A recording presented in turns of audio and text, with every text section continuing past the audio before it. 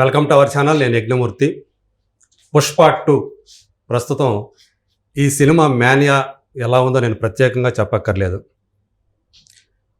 అత్యధిక బడ్జెట్తో తయారైనటువంటి ఈ సినిమా విడుదలకు ముందే థియేట్రికల్ ప్లస్ నాన్ థియేట్రికల్ మొత్తం కలిపి 1000 కోట్ల పైనే, అంటే చెప్పాలంటే మనకి అందుతున్న సమాచారం 1065 కోట్ల రూపాయల వ్యాపారం ప్రీ బిజినెస్ జరిగింది అని చెప్పేసి చెప్తూ ఉన్నారు. ఆ రకంగా భారతీయ చలనచిత్ర సీమలోనే ఆ 1000 కోట్ల మార్కును దాటినటువంటి మొట్టమొదటి సినిమాగా ప్రీ బిజినెస్ వాల్యూ పరంగా పుష్ప 2 అనేది ఒక చరిత్రకు ఎక్కిందని కూడా చెప్తున్నారు విశ్లేషకులు. ఇప్పుడు ఈ సినిమాకి సంబంధించి, అంటే డిసెంబర్ 5న విడుదల కాబోతున్న ఈ సినిమాకి సంబంధించి ఒక వార్త ప్రధానంగా ఇప్పుడు అందరూ కూడా 2 తెలుగు రాష్ట్రాలు, ముఖ్యంగా తెలంగాణకు సంబంధించి స్పెషల్ షోస్ ఏవైతే ఉన్నాయో అవి ఒకరోజు ముందుగానే, అంటే నైట్ 4వ తేదీ నైట్ 9:30 నుంచే పడుతూ ఉన్నాయి స్పెషల్ షోస్. అవి కూడా 1000 రూపాయల పైనే టికెట్ రేట్లు పెట్టారు. మరి ఇది ఎంతవరకు సమంజసము? కొంతమంది ఏమో దీన్ని సమర్థిస్తున్నారు, చాలామంది వ్యతిరేకిస్తున్నారు. అంటే అభిమానుల ఎవరైతే సినిమాల్ని ఇప్పటివరకు కూడా అందలం ఎక్కిస్తూ హీరో రెమ్యూనరేషన్ కానివ్వండి, అట్లాగే సినిమా ఇండస్ట్రీకి కానివ్వండి డబ్బుని అందజేస్తూ వస్తున్నారో వాళ్ళ యొక్క బలహీనతల్ని క్యాష్ చేసుకుంటున్నారు అని చెప్పేసి కొంతమంది వాదిస్తూ ఉన్నారు. ఇంకొంతమంది ప్రొడక్ట్ వాల్యూని బట్టే దాని టికెట్ రేటుని నిర్ణయించుకునే అధికారం నిర్మాతలకు ఇవ్వాలి, డిస్ట్రిబ్యూటర్లకు ఇవ్వాలి.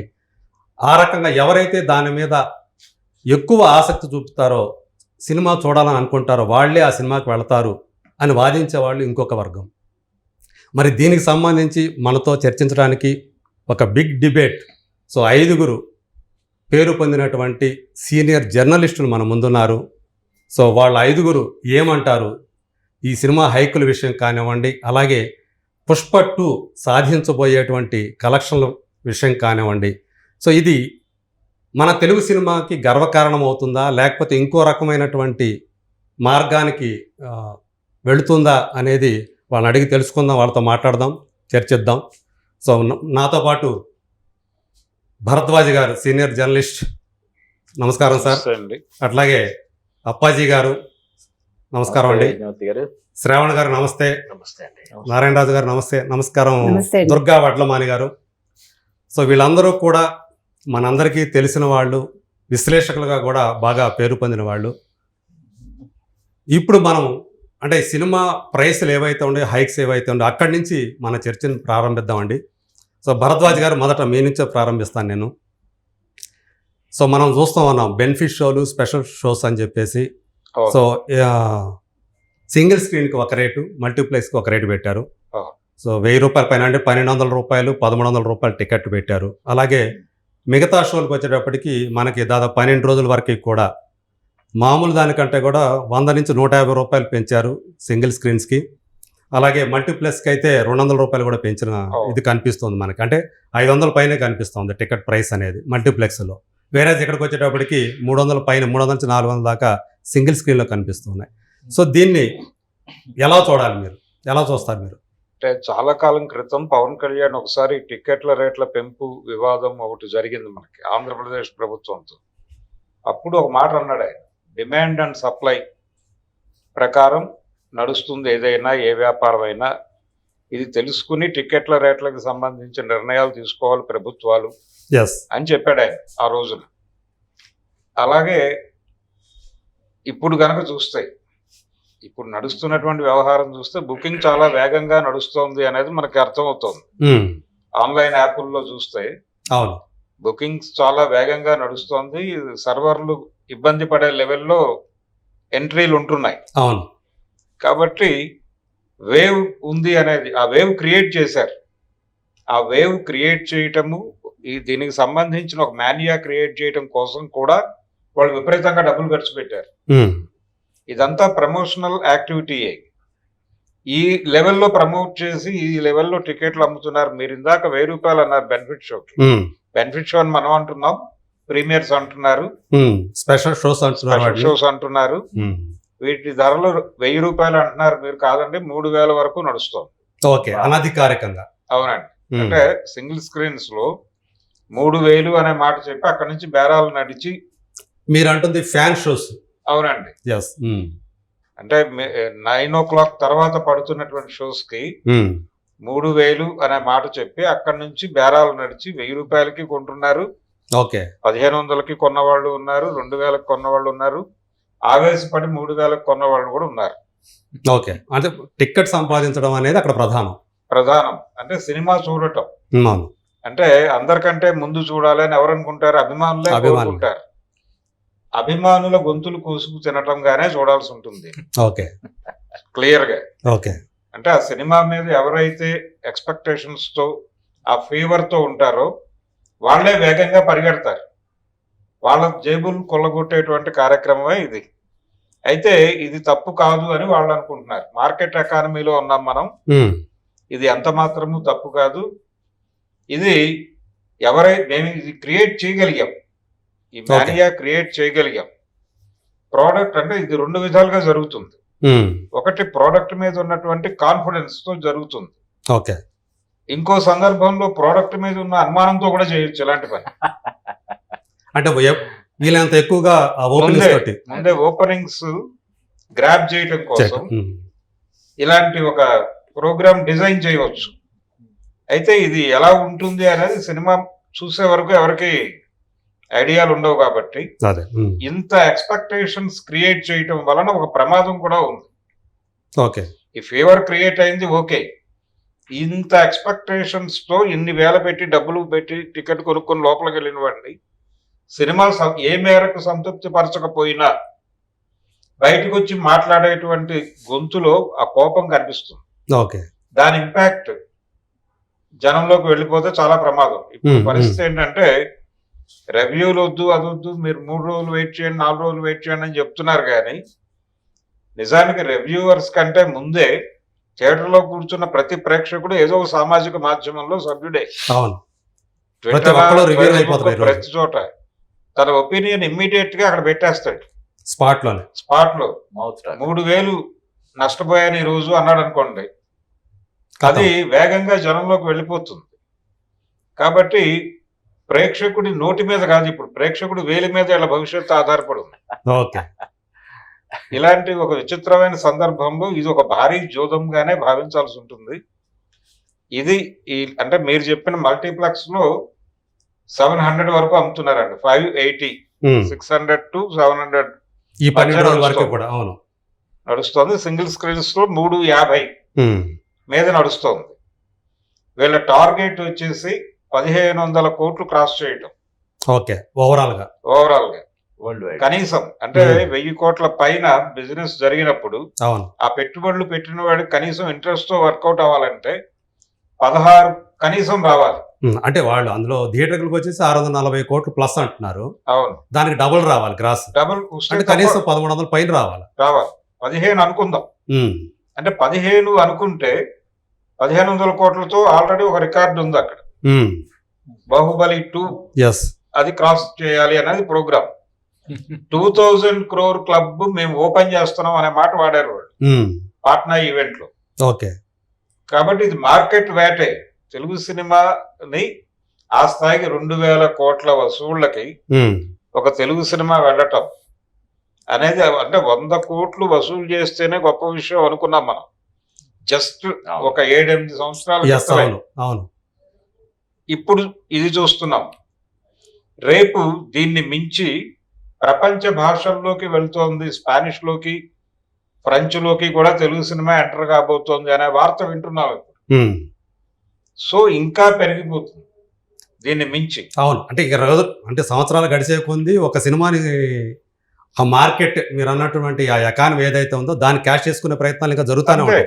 పరిధి పెంచుకోవడం, మార్కెట్ పరిధిని పెంచుకోవడం, రెమ్యూనరేషన్స్ సంబంధించి కూడా రకరకాల స్పెక్యులేషన్స్ ఉన్నాయి. ఈ సినిమాకి సంబంధించి అల్లు అర్జున్ కు 300 కోట్లు అని ఒక మాట సర్క్యులేట్ అవుతోంది. అది నిజమా కాదా అనేది పక్కన పెట్టేస్తే నేను మళ్ళీ మీ దగ్గరకు వస్తాను. అంటే రెమ్యూనరేషన్ వీటి గురించి మళ్ళీ మీ దగ్గరకు వస్తాను.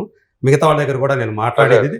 నారాయణ రాజు అన్న, ఇప్పుడు మీరేమంటారు ఈ హైక్స్ అనేది? అంటే నాకు తెలిసి ఒక తెలుగు సినిమాకి 1,000 రూపాయల పైన టికెట్ పెట్టడం అనేది ప్రభుత్వమే అనుమతి ఇవ్వటం అనేది నాకు తెలిసి ఇదే ఫస్ట్ టైం. సో దీన్ని ఎలా చూస్తారు, మీరు ఎలా చూస్తారు మీరు? ఇప్పుడు అంటే ఇది మీరు అన్నట్టు అభిమానుల యొక్క వాళ్ళ బలహీనతను క్యాష్ చేసుకోవడంగా చూస్తారా, లేకపోతే ఒక మార్కెట్ ఏదైతే ఉందో అంటే మన ప్రోడక్ట్ని తగ్గట్టు ఓకే దాని రేటు నిర్ణయించుకునే అధికారం వాళ్ళకు ఉంటుంది, సో దానికి ప్రభుత్వాల అనుమతి కావాలి కాబట్టి ప్రభుత్వాల అనుమతి తీసుకున్నారు, ఎస్. ఈ యాంగిల్ మీరు సమర్థిస్తారా? ఇప్పుడు భారీ సినిమాలకు టికెట్ ధరలు పెంపు అనేది కొత్తగా వచ్చింది కాదు.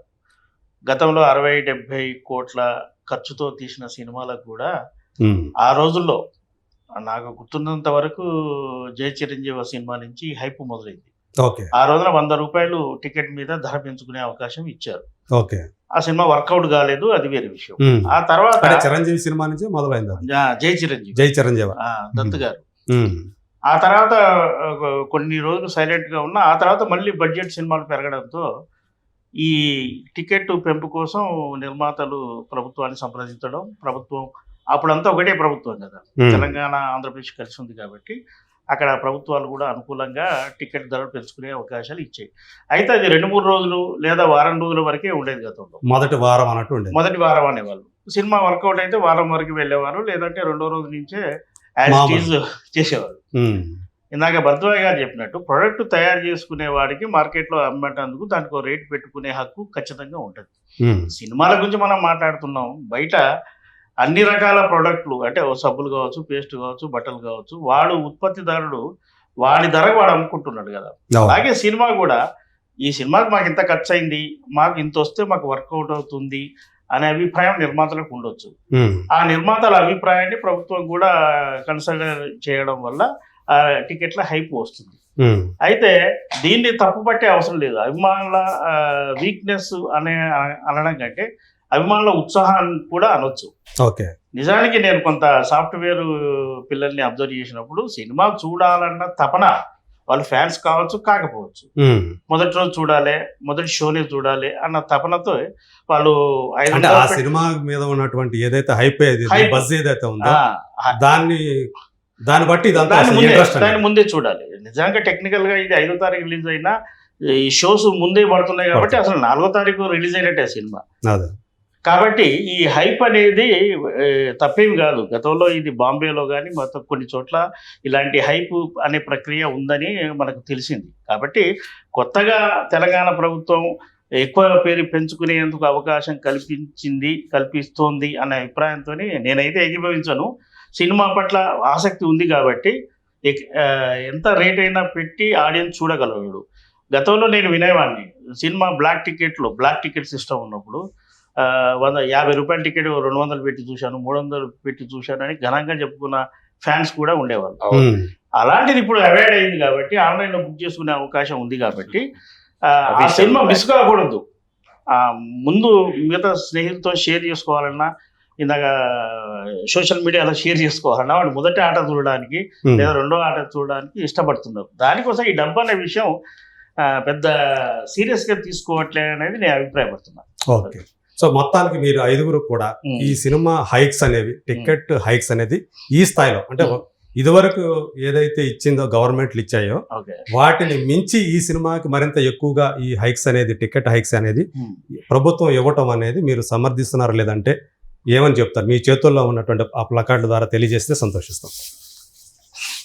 సో మాకు కెమెరా ముందు చూడండి, అంటే మీ ఏదైతే ఓకే ఓకే 3 ఎస్ అంటున్నారు, 2 నో అంటున్నారు, ఇదండి. సో దుర్గ గారు మీరు ఎందుకు ఎస్ అంటున్నారు? ఏంటి ఇప్పుడు ఇందాక వారు చెప్పినట్టుగా డిమాండ్ అండ్ సప్లై అండి. ఏదైనా కూడా అంటే సాధారణంగా మన జీవితం నడిచేది దాని మీద కాబట్టి ఇవాళ మనకి కొనుగోలు శక్తి పెరిగింది. ఏదైనా కూడా ఇప్పుడు ఇందాక వారు చెప్పిన ఐటీ అన్నారు, కోర్స్ ఇప్పుడు ఈరోజు మన ఐటీ మీద పిల్లలు ఉన్నారు, వాళ్ళు డబ్బుకు ఆలోచించట్లా. ఓకే, ఫస్ట్ అనేదే వాళ్ళకి ఉంటుంది. ఇవాళ నేను చూసేయాలి, అది 1000 రూపాయల 10 రూపాయల, they are not bothered about that. కాబట్టి ఇప్పుడు మీరు ఫ్లైట్లో వెళ్తారండి, మీ పక్కవాడు 10,000 టికెట్ కొంటారు, అదే టికెట్ 10,000కి కొంటాడు, మీరు 3,000కే కొంటారు. సో అది డిమాండ్ అక్కడ. అతను ఆ టైంకి వెళ్ళాలి కాబట్టి 10,000కి టికెట్ కొనుక్కున్నాడు, మీరు ముందు బుక్ చేసుకున్నారు కాబట్టి 3,000కి కొనుక్కున్నారు. ఇప్పుడు సినిమా చూడాలి అనే తపన ఉన్నప్పుడు కొంతమంది అంటే వారం రోజుల తర్వాత లేదంటే టికెట్ రేట్లు తగ్గిన తర్వాత వెళ్ళే అవకాశం ఉన్నప్పటికీ కూడా ముందు చూడటానికి ఇష్టపడతారు. ఇక్కడ సినిమా చూడడం అనేది ప్రాధాన్యత అండి. నేను ముందు చూశాను, లేకపోతే మీరు చెప్పిన ఫ్యాన్స్కి అయితే ఖచ్చితంగా ఆ రోజు చూడాలని ఉంటుంది. ఇప్పుడు మనకి పరిధి పెరిగినప్పుడు ఇవాళ మీరు ఇందాక చెప్పినట్టుగా సినిమా అనేది ఇవాళ గ్లోబల్ అయిపోయింది. ఇవాళ తెలుగు సినిమా అంతర్జాతీయంగా ఎప్పుడైతే గుర్తింపు పొందిందో డెఫినెట్గా తెలుగు వాళ్ళే చూడరు దీన్ని, అదర్ లాంగ్వేజెస్ వాళ్ళు కూడా చూస్తారు. They don't mind to see. ఎందుకంటే ఈ సినిమా సంబంధించి మొత్తం కూడా దేశవ్యాప్తంగా కూడా ఎంత క్యూరియస్ జనం ఎలా ఉన్నారో మనకు తెలుసు. ఆ హైప్ కూడా దేశవ్యాప్తంగా ఉందండి. హిందీ బెల్ట్ లో కూడా చెప్పాలంటే ఈ ముందు ఫస్ట్ పార్ట్ ఏదైతే ఉందో అది 100 కోట్ల రూపాయల నెట్ సాధించింది. సో అందువల్ల ఈ సినిమాకి అంత హైప్ వస్తుంది. ఇంకొకటి బన్నీకి ఉండే ఒక ప్లస్ ఏంటంటే మలయాళీస్ ఎక్కువ ఇష్టపడతారు, చాలా ఎక్కువ ఇష్టపడతారు. నాకు పర్సనల్ గా కూడా నేను చూసాను అది వ్యక్తిగతంగా. కాబట్టి మార్కెట్ రేంజ్ అనేది అతనికి ఎక్కువ ఉంది. దానివల్ల కూడా హైప్ మీరు టికెట్ రేటు పెద్ద పట్టించుకోరు జనాలు. ఇప్పుడు పుస్తలు అమ్మారా లేకపోతే వాళ్ళ గొంతులకు వస్తారా ఈ క్వశ్చన్ రాదు అక్కడ. అంటే ఇప్పుడు ఇందా భరద్వాజ్ గారు చెప్పారు కదా, అంటే 3,000 రూపాయలు కూడా ఈ ఫ్యాన్ షోస్ ఏవైతే ఉన్నాయో వాళ్ళు అనధికారికంగా అమ్ముకుంటున్నారు అట్లా. అంతే సార్, ఇది బ్లాక్ టికెట్ ఇందాక వారు చెప్పారు, బ్లాక్ లో టికెట్ల ప్రస్తావన వచ్చింది కాబట్టి. ఒకప్పుడు అక్కినేని నాగేశ్వరరావు, ఎన్టీ రామారావు గారు కలిసి నటించడం మానేసి గ్యాప్ ఇచ్చి చాణక్య చంద్రగుప్త సినిమా చేశారు. రామకృష్ణులు ఈ రెండు పక్క పక్కన చేశారు.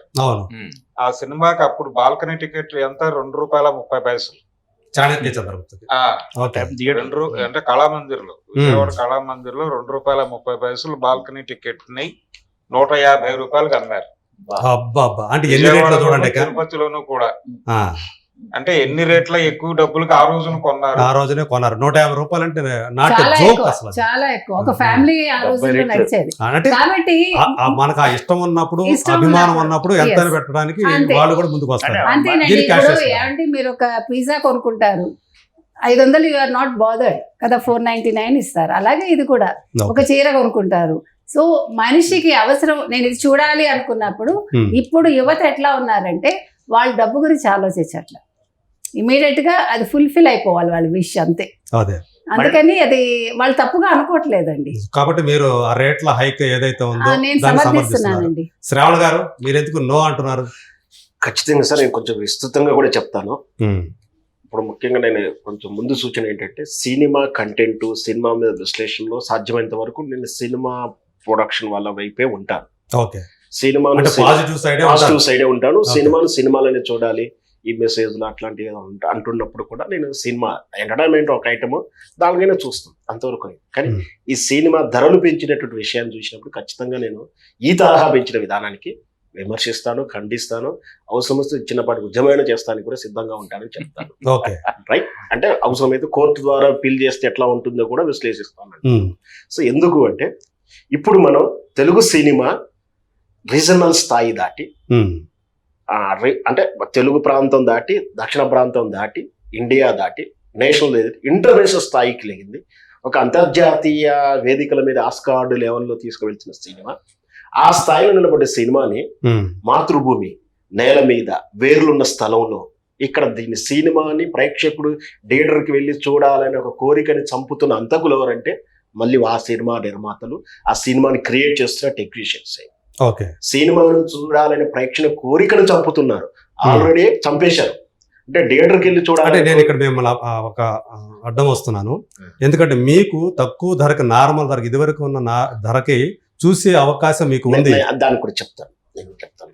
చెప్పండి. అంటే సినిమాకి వెళ్ళి సగటు ప్రేక్షకుడికి వెళ్ళి ఫ్యామిలీ వెళ్ళి చూడాలి అంటే 4 రోజులు ఓపిక పట్టుకుని ధర తగ్గుతుందనో, టీవీలో వస్తుందనో, లేదా ఓటీటీలో వస్తాయనో, శాటిలైట్ టీవీలో వస్తుందనో ఆలోచనకు 50 కాదు 80% ట్యూన్ అయి ఉన్నారు. కేవలం అభిమానం మీదనో యూత్ జనరేషన్ ఉన్న వాళ్ళు మాత్రమే థియేటర్కి వెళ్ళి చూస్తారు. అంటే థియేటర్ వ్యవస్థని కానీ, థియేటర్ కానీ మార్కెటింగ్ సిస్టమ్ని చంపేశారు. అంటే సినిమా ప్రొడ్యూసర్కి డబ్బులు అధికంగా ఒక గ్యారెంటీగా వచ్చేటువంటి థియేటర్ వ్యవస్థలో నమ్మకం. శాటిలైట్ ఇవన్నీ కూడా అంటే స్పెక్యులేషన్ ఇలా ఉంటది. రేపు మరొకప్పుడు శాటిలైట్ సినిమాలు బిజినెస్ బాగుంది, ఓటీటీలో కూడా అగ్రిమెంట్ అయిన తర్వాత సెకండ్ పేమెంట్ లేక రిలీజ్ కాకుండా అగ్రిమెంట్తో ఆగిన సినిమాలు కొన్ని కోట్లు, థియేటర్ దాకా వెళ్ళక ల్యాబ్లో ఆగిపోయినా వేరు. ఓటీటీ అగ్రిమెంట్ చేసుకొని ఇనిషియల్ అమౌంట్ తీసుకొని స్ట్రీమింగ్ టైంలోనో, అప్పుడు టైంలోనో, మార్కెటింగ్ టైంలో ఇస్తానికి కూడా అగ్రిమెంట్ అయ్యి అట్లా ఆగినాయి. అంటే సినిమాని ఎన్కాష్ చేసుకునేటువంటి వ్యవస్థలను చంపేసి అంటే అంటే మీరు అనేది ఇప్పుడు ఏవైతే నార్మల్ రేట్లు ఉన్నాయో హైక్లు పక్కన నేను పెడతాం. అదే చెప్తున్నా సార్, నాకు కొంచెం మొత్తం అంటే ఆల్రెడీ సగం చనిపోయి దీనస్థితిలో పాడ మీద ఉన్న వ్యవస్థని ఇంకెక్కువ చంపుతున్నారు అంటారు. ఈ చంపేది వేరే ఫీల్డ్ వాళ్ళు ఇంకెవరో కాదు, ఆ సినిమా నిర్మాతలు, ఆ సినిమా టెక్నీషియన్స్. అంటే సినిమా వాస్తవానికి అయితే మీరు అన్నట్టు డిమాండ్ అండ్ సప్లై, కానీ ఇక్కడ బాధ్యత ప్రభుత్వానికి ఉంటుంది, ప్రభుత్వమే తప్పు చేస్తుంది ఇక్కడ. ఎందుకంటే సంపద పంపిణీ అని ఒకటి ఉంటుంది వ్యవస్థలో. అంటే ఉదాహరణకు డిమాండ్ సప్లైలో దాంట్లో కొరత ఉండింటే కానీ డిమాండ్ ఎక్కువ ఉన్నట్టు. ఉదాహరణకు సహజ వాయువులు ఇష్టం వచ్చినట్టు నేను తీసుకొని తోముకొని అమ్ముకుంటా అంటే కలవదు. మానిటరింగ్ సిస్టమ్, దానికి పెట్రోలింగ్ వ్యవస్థ అని ఒకటి కార్పొరేషన్ ఉంటుంది. అట్లా ఉంటుంది. సంపద పంపిణీ అందరికీ జరగాలి. నీకు డిమాండ్ ఉంది కానీ ఇష్టం వచ్చిన రేటు పెట్టుకుంటా అంటే నీ ఇష్టం వచ్చిన రేటు పెట్టుకుంటా అంటే ఎట్లా ఉంది? దానికి rate of cut off rate ఉందా? అంటే 30 లక్షల సినిమాకి ఇంత టికెట్ 3 కోట్లకు 300 కోట్లకే ఉన్నది. గవర్నమెంట్ దగ్గర జీవో ఉందా? లేదా ఇన్ఫ్లుయెన్స్ చేసి అడిగే నాయకుడు వెళ్ళి, అడిగే హీరోనో, అడిగే సామాజిక వర్గం అని వెళ్ళి ఇన్ఫ్లుయెన్స్ చేసి రేటు పెంచుకుంటా అంటే చేసేస్తావా? ఆయన రేటు పెంచకుంటే నా ఓట్లు పోతాయంటే పెంచేస్తావా? అంటే ఏమి రూల్ లేకుండా, అంటే రేపు పొద్దున 10 లక్షలు 3 లక్షల సినిమా చేశాడు, ఆడు 30 రూపాయలు టికెట్ పెట్టుకుంటాడా? తగ్గిస్తారా? అంటే నీకు కాస్ట్ అనలైజేషన్ ఎక్కడైంది? నీకు సినిమాకి ఇంత కాస్ట్ అయింది ఎవరు చెప్పారు? అవకాశం కల్పిస్తారా? అదేనండి. అంటే నీకు వ్యవస్థల లోపాలు అంటే స్లాబ్ సిస్టమ్ అనేది ఉండాలి అక్కడ కూడా. అంటే నీకు ఇప్పుడు వీళ్ళు ఏమంటున్నారు, 300 కోట్లు 600 కోట్లు అయింది, నాకు పెంచుకోవాలంటున్నారు. నీకు 600 కోట్లు హూ టోల్డ్? నీకు ఇన్కమ్ ట్యాక్స్ కట్టేటప్పుడు 100 కోట్లు 20 కోట్లు తీసేసిన సినిమా అని చెప్పుకుంటాడు. నేను పబ్లిసిటీలో రెవెన్యూ విషయంలో చూస్తున్నప్పుడు 1000 కోట్లు దాటింది అంటాడు, కలెక్షన్ ఇళ్ళగా అని చెప్తారు. తీరిక ఇన్కమ్ ట్యాక్స్ ప్రభుత్వం ఆదాయానికి వస్తారికి 30 కోట్లు. అంటే ఇక్కడ మళ్ళీ ఇంకొకటి ఉందండి, ప్రొడక్షన్ కాస్ట్ వేరు, డిస్ట్రిబ్యూటర్లు పెట్టే అమౌంట్ వేరు, ఇన్వెస్ట్మెంట్ వేరు. అవును కదా. సో వాళ్ళ దగ్గర కాస్ట్ పెంచు కదా. ఇప్పుడు 300 కోట్లు వీళ్ళు అయింది అనుకుందాం, అక్కడికి వెళ్ళి థియేటర్ దగ్గరికి వెళ్తే 645 కోట్లు అయింది. 645 కోట్లు ఇన్వెస్ట్ చేస్తున్నారు పెట్టుబడిదారు. ఇప్పుడు కాస్ట్ ఈ ప్రైస్ దాని దృష్టిలో పెట్టుకొని చేసేది. అప్పుడు మీరు అట్లాంటిది కూడా చెప్తాం. మందు మద్యపాన్ని నిషేధించిన తర్వాత అయ్యో ప్రజలు అనవసరంగా తాగుతున్నారు, చెడు తాగుతున్నారు కాబట్టి అఫీషియల్ చేస్తామని చెప్పి మీరు ఇట్లా సినిమాని ప్రేక్షకులు వచ్చే విధానాన్ని చంపుతున్నారు. ఏంటంటే అంటే నేను అభిమానించడం, నా అల్లు అర్జున్ సినిమాలో, నా పవన్ కళ్యాణ్ సినిమాలో చూడాలని అభిమానించడం నేరం అవుతుందా ఈరోజు? అంటే అభిమానించేవాడు, ఆరాధించేవాడిని, పూజించేవాడిని నువ్వు రక్తం పిండేస్తావా? ఆ కోరికను చంపడానికి కిల్ చేస్తావా? నేను ఎవడెలా ఉన్నాడు 2 రోజులు ఆగేలా అంటే నేను అభిమానించడం తప్ప. అది కూడా రేజీ దాటిందని నేను చెప్పేది. అంటే 100 రూపాయల టికెట్ 110 120 చేసుకోవచ్చు, కానీ ఈ తీరుగా పెంచినట్టు విధానం అంటే ఆల్రెడీ సినిమా వ్యవస్థ చచ్చిపోయి ఉంది.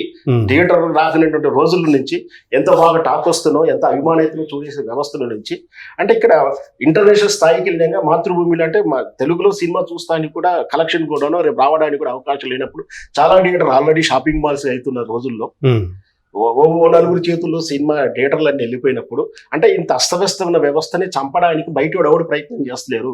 ఆ సినిమా ఇండస్ట్రీ వాళ్ళు, ఆ టెక్నీషియన్ వల్లనే ఈ సినిమా వ్యవస్థ చంపుతున్నప్పుడు దీన్ని మానిటరింగ్ చేయాల్సిన వ్యవస్థ, పరిపాలన చేయాల్సిన ప్రభుత్వాలు లాలూచిపడి దీని వెనక స్క్రీన్ వెనక అంటే ఈ జీవం రావడానికి, పర్మిషన్ ఇవ్వడానికి స్క్రీన్ వెనక ఏం జరుగుతుందో కూడా మనం ఆలోచించాల్సిందే.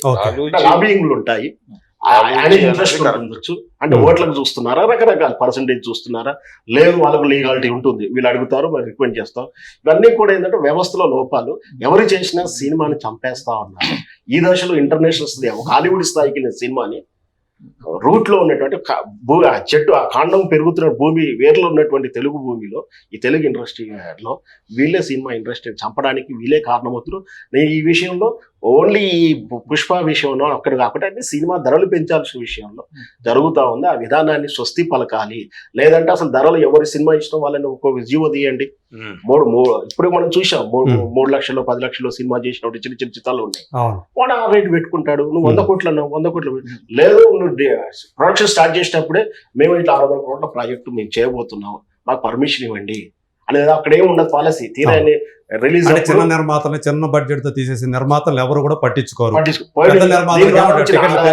దీని ద్వారా వచ్చిన ఆదాయాన్ని ప్రభుత్వం చిన్న చిత్రాలు ప్రోత్సహిస్తానికి గానీ, చిన్న చిత్రాలు ఆడిస్తానికి గానీ, ఇటు సినిమా ఇండస్ట్రీ వాళ్ళు దీనివల్ల ఆబోబొందిన డిస్ట్రిబ్యూటర్లు, ఎగ్జిబ్యూటర్లు చేయమని చెప్పడంలో సయ్యత్తుగా అనిపించదు కానీ అట్లా అడిగితే చిన్న చిత్రాలు బతికేది కదా. ప్రభుత్వం పట్టించుకోవట్లేదు, ఎవరు పట్టించుకుంటారు. ఇది చంపడానికి సినిమా ఇండస్ట్రీ, తెలుగు సినిమాను చంపడానికి మన వాళ్ళు మనమే కారణమవుతున్నామని ఒక బాధ అయితే ఉంది. ప్రభుత్వం ఇప్పుడు అదే శ్రావణ్ గారు ఒకటి చెప్పారు. అంటే ఇప్పుడు పెద్ద అదే. సినిమాలు వచ్చినప్పుడు ఈ ప్రభుత్వానికి వీళ్ళు పెట్టుకుంటున్నారు అవును పర్మిషన్ కోసం, టికెట్లు పెంచడం మాకే అవును. దయచేసి పెంచండి అని. అలాగే చిన్న నిర్మాతలు కూడా మాది టికెట్లు తక్కువ బడ్జెట్ తీసాం, మా తగ్గించి తగ్గించుకోవాలి. ఏర్పాటు చేయండి అని చెప్పి పెట్టుకోవడానికి కొంచెం అట్లా ఉండాలి. ఉంది. అలాంటి అవకాశం ప్రయోగం ఇవ్వాలండి, ఆ, అవకాశం ఖచ్చితంగా ఇచ్చి తీరాలి. ఉమ్, అయితే ప్రభుత్వాలు ఎలా తయారైపోయినాయి ఇప్పుడు అనేది ఒకటి చూడాలి. అదే ఓటింగ్ నేను అదే చెప్పాను. అంటే ప్రభుత్వాలు వీళ్ళు మేనేజ్ చేసేస్తారు అక్కడ. మేనేజ్ కాదండి, ఉమ్, ప్రభుత్వాలు ఎలా తయారైనాయంటే ప్రజల్ని పట్టించుకోకుండా ఉమ్, కార్పొరేట్లని ఫెసిలిటేట్ చేసేటువంటి ఏజెన్సీలుగా ప్రభుత్వాలు మారిపోయిన ప్రపంచంలో మనం ఉన్నాం. రైట్. దీన్ని గుర్తించాలి. ఉమ్, దీన్ని గుర్తించినప్పుడు ఈ డిమాండ్ అయితే ఉంది. మొన్న కూడా డిస్కషన్ వచ్చింది ఇది. ఉమ్, ఏది చిన్న సినిమాలకి రేట్లు పెంచుకోవటానికి ఎలా అవకాశం కల్పిస్తున్నారో నారాయణమూర్తి గారు తగ్గించుకోవడానికి కూడా- అనేక సందర్భాల్లో దీని ఆయన ప్రతి సినిమా తగ్గించుకోవడానికి సందర్భంలో కూడా. ప్రస్తావిస్తూనే ఉంటారు ఆయన. తగ్గించుకోవడానికి అవకాశం కల్పించడం అంటే టాక్సేషన్ కూడా తగ్గాలి. అంతేగా, Taxation సబ్సిక్వెంట్ అది తగ్గితే కూడా కదా వీళ్ళు రేట్లు తగ్గించుకోగలిగేది. ఎస్. అందుకని ప్రభుత్వం దీనికి సంబంధించి కూడా ఆలోచించాలి. రెండోది ఆయన చెప్పిన దానిలో థియేటర్ అనేది ఆడియన్స్ ఫ్రెండ్లీగా ఉండాలి. ఆడియన్స్ ఫ్రెండ్లీగా లేదు ఇప్పుడు. అవును. రకరకాలుగా థియేటర్ అనేది మోర్ ఎక్స్పెన్సివ్ గా మారిపోయి కానీ మీరు సమర్థిస్తున్నారు కదా ఈ పెంపుదలని. ఆ పెంపుదలను సమర్థించడం వేరు. అయితే జరుగుతున్నది ఏంటంటే మనం మార్కెట్ ఎకానమీలో ఉన్నాం. ఉమ్, మనం ఉన్న వ్యవస్థలో ఇది నడుస్తుంది. అదే. ఈ గేమ్ ఇది పరుగు పందెం వ్యవస్థ. ఉమ్, ఈ పరుగు పందెం అనేది నడుస్తోంది. అయితే ఇక్కడ మనం చూడాల్సింది ఏంటంటే థియేటర్ అనేది ఆడియన్స్ ఫ్రెండ్లీగా చనిపోతోంది అనేది ఉమ్, వాళ్ళకి తెలుసు.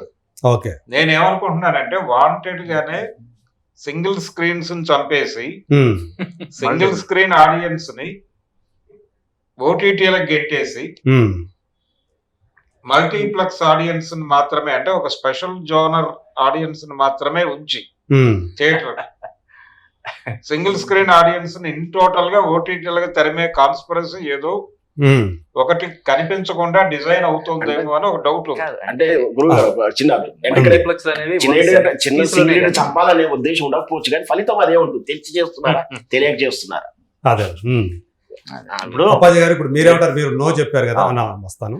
మీరు నో చెప్పారు కదా, ఏంటి మీకు హైక్స్ మీద ఇష్టం లేదా? హైక్స్ అంటే ప్రభుత్వ నియంత్రణకి సంబంధించిన అంశం కాబట్టి ఇందాక భరద్వాజ గారు చెప్పినట్టు ప్రజల పక్షాన ఉండాల్సినటువంటి ప్రభుత్వం కేవలం ఒక 5-6 లబ్ధి చేకూర్చే దీన్ని మద్దతు ఇవ్వడం, పెంచుకోవడానికి అనుమతి ఇవ్వడం అనేది ఖచ్చితంగా అది ఆక్షేపణీయమే. ఇక్కడ నేను ఒకటి చెప్తాను. చిన్న ఎగ్జాంపుల్ చెప్తాను మీకు. ఇప్పుడు ఈ సినిమా దీనికి ముందు మొన్న రోటీ కపడా రొమాన్స్ అని ఒక సినిమా రిలీజ్ అయింది. అది సినిమా మన రివ్యూర్స్ మన మిత్రులందరూ కూడా దానికి మంచి రేటింగ్ ఇచ్చారు. ఓకే. సినిమా చూసి కొనుక్కున్నారు. సినిమా చాలా బాగుందని చెప్పి నిర్మాత దగ్గర నుంచి కొనుక్కున్నారు. ఈటీవీ విన్ దాన్ని సినిమా కూడా ఓటీటీ రైట్స్ కూడా కొనుక్కుంది. ఓకే. కానీ చాలా చోట్ల నో షోస్ పడ్డాయి, చాలా దారుణమైనటువంటి కలెక్షన్స్ ఉన్నాయి. కారణం ఏంటంటే ఇప్పుడు ఎలాగ నెక్స్ట్ ఈ సినిమా ఉంది కదా, ఈ సినిమాకి చాలా డబ్బులు పెట్టి మనం వెళ్ళాలి కదా, ఈ సినిమా ఎందుకు లేదు చూడడం అని స్కిప్ చేశారని నేను అనుకుంటున్నాను. 100%. అది ఎంత దుష్ప్రభావం అది. అవును. అంటే ఒక సినిమా కిల్ అయిపోవడం. ఆ సినిమాకి పనిచేసిన పాపం డైరెక్టర్ ఈ సినిమా కనుక ఆడకపోతే నేను డైరెక్షన్ నుంచి విరమించుకుంటాను అంత కాన్ఫిడెన్స్ తోటి పాపం చెప్పాడు. ప్రీమియర్స్ చేశారు. సినిమా రిలీజ్ కి వారం రోజుల ముందు నుంచి ప్రీమియర్స్ చేశారు. బేవస్సైన రెస్పాన్స్ చూసిన వాళ్ళందరూ కూడా చాలా బాగుంది, ఫస్ట్ హాఫ్ ఎక్స్ట్రాడినరీ ఉంది, సెకండ్ హాఫ్ లో కొంచెం ఉన్న, ఓవరాల్ గా బ్లాక్ బస్టర్ అని చెప్పి అందరూ అనుకున్నారు. అదే కాన్ఫిడెన్స్ తోటి ప్రొడ్యూసర్ రిలీజ్ చేశాడు. చూస్తే పరిస్థితి కారణం ఏంటంటే ఇలాగా ఇది వస్తుంది, దీనికి మళ్ళీ డబ్బు మనం దాచిపెట్టుకోవాలి. అంతే కదా. ఇప్పుడు కుర్రోడు ఉంటాడు, ఈ సినిమా బాగుంది సరే దాన్ని ఓటీటీలో చూద్దాంలే, నెక్స్ట్ పుష్ప చూడాలి కదా, 1000-2000 పెట్టి కొనుక్కొని అని ఆగిపోయాడు. If it is family, 800 అంటే 8,000. అంటే ఇక్కడ మీరు చెప్పేది ఒక్క పాయింట్ చెప్తా. మార్నింగ్ నేను చూశాను, ఏది ఇండియా టుడే వాళ్ళు ఒక రిపోర్ట్ చేశారు. మార్నింగ్ 9 గంటలకు ఎప్పుడో చేశారు. నిన్నటి వరకు కూడా చూసుకుంటే హిందీ వర్షన్ కంటే తెలుగు వర్షన్, అంటే ఇక్కడ మన తెలుగు వర్షన్ అంటే ఇంకా పూర్తి స్థాయిలో మల్టీప్లెక్స్ ఇంకా ఓపెన్ చేయలేదు కాబట్టి 2 లక్షల చిల్లర టికెట్లు అమ్ముడుపోయినాయి. వేరే హిందీ వచ్చేటప్పటికి 3 లక్షల పైన టికెట్లు అమ్ముడుపోయినాయి. కానీ కలెక్షన్ వైపు చూసుకుంటేనేమో 2 లక్షల పైన టికెట్లు అమ్ముడుపోయిన తెలుగు వర్షన్ కి ఎక్కువ కలెక్షన్ ఉంది. 10 కోట్ల చిల్లర, ఒక 10 లక్షలు ఎంతో తక్కువ, 10 కోట్ల మీద ఉన్నాయి. కానీ టికెట్లు సేల్స్ చూసుకుంటేనేమో హిందీ వర్షన్ కి ఎక్కువ ఉంది. అంటే వాళ్ళు ఎప్పుడో వారం ముందే స్టార్ట్ చేశారు కాబట్టి అక్కడ ఎక్కువ ఉన్నాయి అక్కడ. సో ఇది అంటే ఈ ప్రైస్ అనేది గురుగారు మీరు కూడా ఈ ప్రైస్ అనేది ఇక్కడ అంటే టిక్కెట్లు తక్కువ తెగినా గానీ ఎక్కువ కలెక్షన్ కనపడటం, అక్కడ టిక్కెట్లు ఎక్కువ తెగినా గానీ తక్కువ, దీనికంటే తక్కువ కలెక్షన్ కనపడటం అనేది ఇక్కడ కనిపిస్తుంది. అంటే మనం పుష్ప 1 చూసుకుంటే తెలుగు రాష్ట్రాల్లో అది చాలా మందికి నష్టాలు మిగిల్చిందని చెప్పి అఫీషియల్ ఇన్ఫర్మేషన్. అది ఓకే, వెనక్కి కూడా ఇచ్చారు, ఎవరైతే నష్టపోయారో దానికి వెనక్కి ఇచ్చారని మనకి చెప్తారు. హిందీలో చాలా పెద్ద హిట్ అయింది. హిందీలో పెద్ద హిట్ అవ్వడం వల్లే పుష్ప 2 అనేది ఇంకొకటి ఇప్పుడు మీరు అది కూడా తెలంగాణలో ఓకే కానీ ఏపీలో ఏపీలో సప్లైకి సంబంధించి ఒక ప్రోడక్ట్ వాళ్ళు నిర్ణయించుకోవాలి, ఎవరైతే తయారు చేస్తారో ప్రోడక్ట్ వాళ్ళే పెంచుకోవడానికి కానీ తగ్గించుకోవడానికి కానీ నిర్ణయం చేసుకునే హక్కు వాళ్ళకు ఉండాలని చెప్పి మీరు అంటారు. ఇప్పుడు ఇదేంటంటే ప్రజలకు సంబంధించిన అంశం. ఇప్పుడు ఒక మెడికల్ కాలేజ్ ఉంది, ఇంజనీరింగ్ కాలేజ్ ఉంది, నేను పెట్టుకున్నాను, నా ఇష్టం వచ్చినట్టు ఫీజు పెట్టుకుంటానంటే మరి ప్రభుత్వ నియంత్రణ ఉంది కదా అక్కడ. ఇది కూడా ఇప్పుడు సినిమాలకు సంబంధించింది కానీ థియేటర్ల నిర్వహణకు సంబంధించింది కానీ ప్రభుత్వాల నుంచి రాయితీలు పొంది, అంటే ఒక మాట చెప్తుంటారు ఇక్కడ, ఇప్పుడు మీరు వేసుకున్న షర్ట్ ఉంది, అది కొంచెం ఎక్కువ ఖర్చుతో కొన్ని ఉంటారు, దానికంటే తక్కువ ఖర్చుతో తక్కువ తోటే వచ్చేది షర్ట్లు అంటే చాలా ఉంటాయి. క్వాలిటీ చూసుకుంటాం మామూలుగా, ఇది వాదించే వాళ్ళు ఉంటారు. కాదు కాదు, మరి మెడికల్ ఇప్పుడు నేను మెడికల్ కాలేజ్ పెట్టుకుంటా, నా ఇష్టం వచ్చిన డేట్ పెట్టుకుంటానంటే మెడికల్ కాలేజ్ లో మేనేజ్మెంట్ సీట్లు ఉంటాయి, ఓపెన్ కాంపిటీషన్ లో తెచ్చుకుంటే నీకు గవర్నమెంట్ ఫీ ఇంప్లిమెంట్ అవుతుంది. పండుగల పబ్బాలప్పుడు ఆర్టీసీ హైప్ చేయడా రేట్లు అంటే ప్రభుత్వాలు కూడా క్యాష్ చేసుకోవడానికి డిమాండ్ సప్లై అట్లా చేయడం కూడా ప్రశ్నించాలి. ప్రభుత్వాలు అలా చేస్తున్నప్పుడు, అంటే ప్రభుత్వ రంగ వ్యవస్థలు అలా చేస్తున్నప్పుడు, కేసీఆర్ అనే ఒక సినిమా వచ్చింది, దాన్ని రెగ్యులర్ రేట్ కంటే వాడు 20 రూపాయలు తగ్గించే పెట్టాడు. ఒక్క షో కూడా ఒక్క రో కూడా నినలే. మరి అది కేసీఆర్ కూడా అందులో ఉన్నాడు అని ప్రచారం కూడా చేసుకున్నారు. మరి ఆడియన్స్ ఇంట్రెస్ట్ అన్నది ఇక్కడ ప్రధానంగా ఉంటుంది కదా.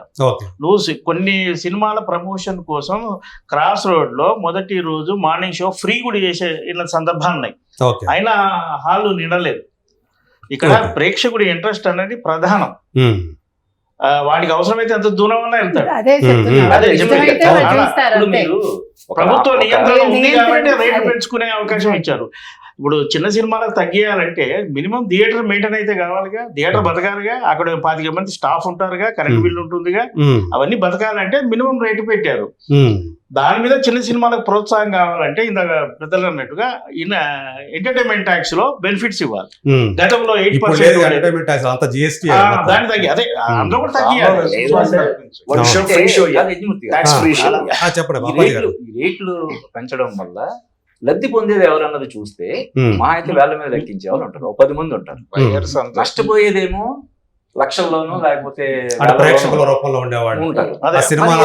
ప్రభుత్వం ఎవరి పక్కన నిలబడాలి, ప్రజల పక్షం వహించాలి. కానీ కేవలం 10 మంది కోసం హీరో, డైరెక్టర్, ప్రొడ్యూసర్ లేకపోతే కొంత టాప్ టెక్నీషియన్ వీళ్ళు లబ్ధి పొందుతారు ఈ పెంపుదల వల్ల. దీనికి ఎందుకు పెంచుతున్నారు?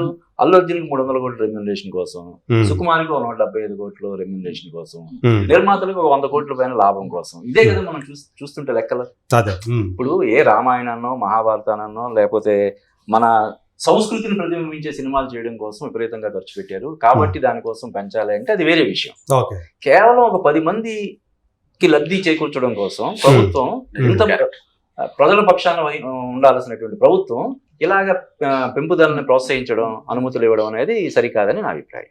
ఓకే, ఇక్కడ ఒక పాయింట్ రైట్ చేశారు, దీని మీద కూడా నేను ఓటింగ్ పెడతాను. ఇప్పుడు మీకు అప్పాజీ గారు ఏదైతే చెప్పారో, అంటే 10 మందికి లబ్ధి కలిగించడం కోసం లక్షలాది మందికి నష్టం చేకూరుస్తున్నారు. అంటే ఒకవేళ సినిమా కనుక ఆ సినిమాటిక్ ఎక్స్పీరియన్స్ ఇవ్వటంలో అది ఫెయిల్ అయితే కనుక వాళ్ళందరికీ కూడా నష్టమే అనేది అప్పాజీ గారి ఉద్దేశం.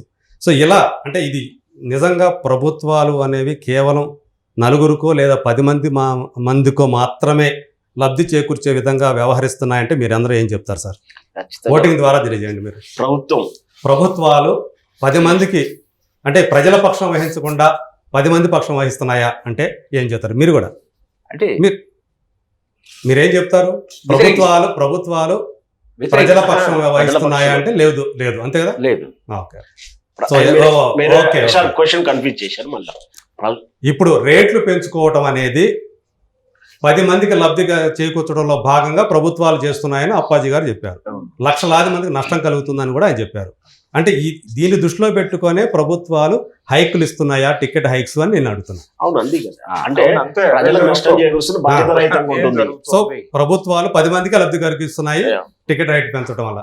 సో మీరు నో అని చెప్పారు. అవును. ప్రభుత్వాలు కరెక్ట్ గా వ్యవహరిస్తున్నాయని చెప్తున్నారు. అయితే ఎస్, ఇప్పుడు ఇంతకుముందే నేను చెప్పాను, తక్కువ ధరకు టికెట్లు అందుబాటులో ఉన్నప్పుడు ఆడియన్స్ థియేటర్కి వెళ్ళి సినిమాలు చూస్తున్నాడా?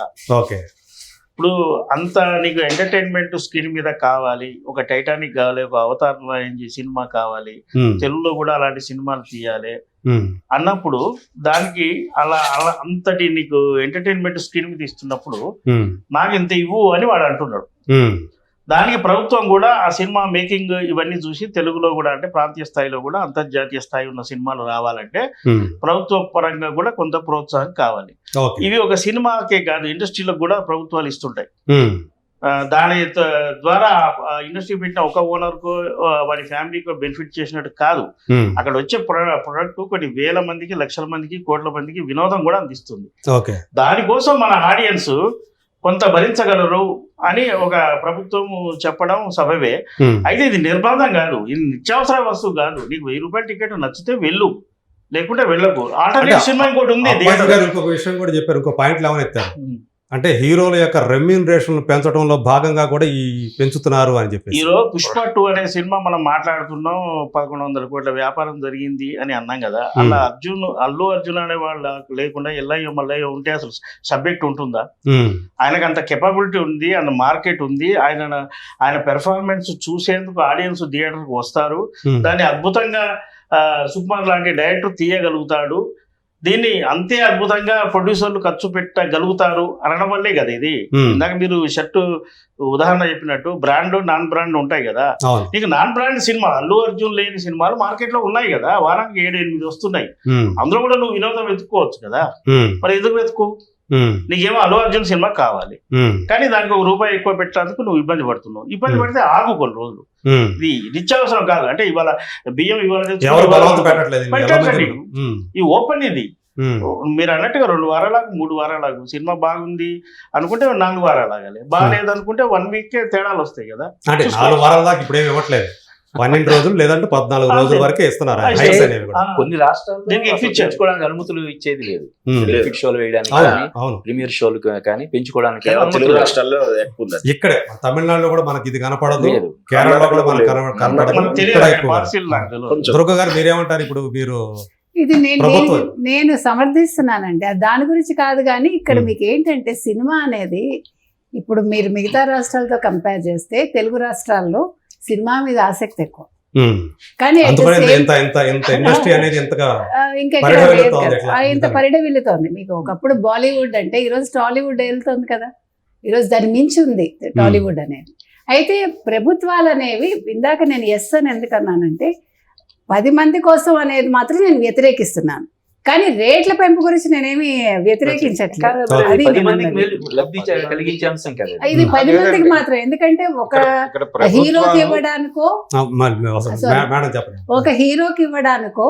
లేదు ఒక డిస్ట్రిబ్యూటర్ కోసమో లేదు ఒక ప్రొడ్యూసర్ కోసమో అన్నప్పుడు మీరు ఈ రకంగా చేయటం బాగులేదు అనేది నా ఉద్దేశం.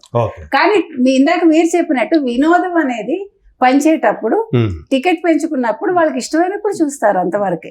అందుకని 3000 పెంచడం నాకు అబ్జెక్షన్ లేదు, లేదా 1000 పెంచడం నాకు అబ్జెక్షన్ లేదు. కానీ రెమ్యూనరేషన్ అనేది హీరో గానీ మరొకరు కానీ తగ్గించుకుంటే బాగుంటుంది అనేది నా ఉద్దేశం.